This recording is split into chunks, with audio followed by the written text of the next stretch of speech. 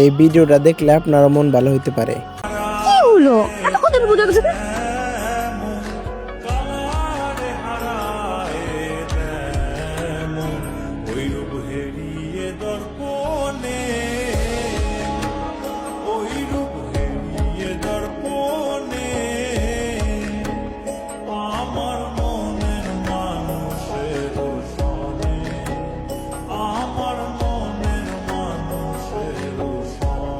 শহরের মানুষ দেখে কি যা মনে হয় তাই করব? ওই তুই এইসব কথা কইতে দিছিলি কেন?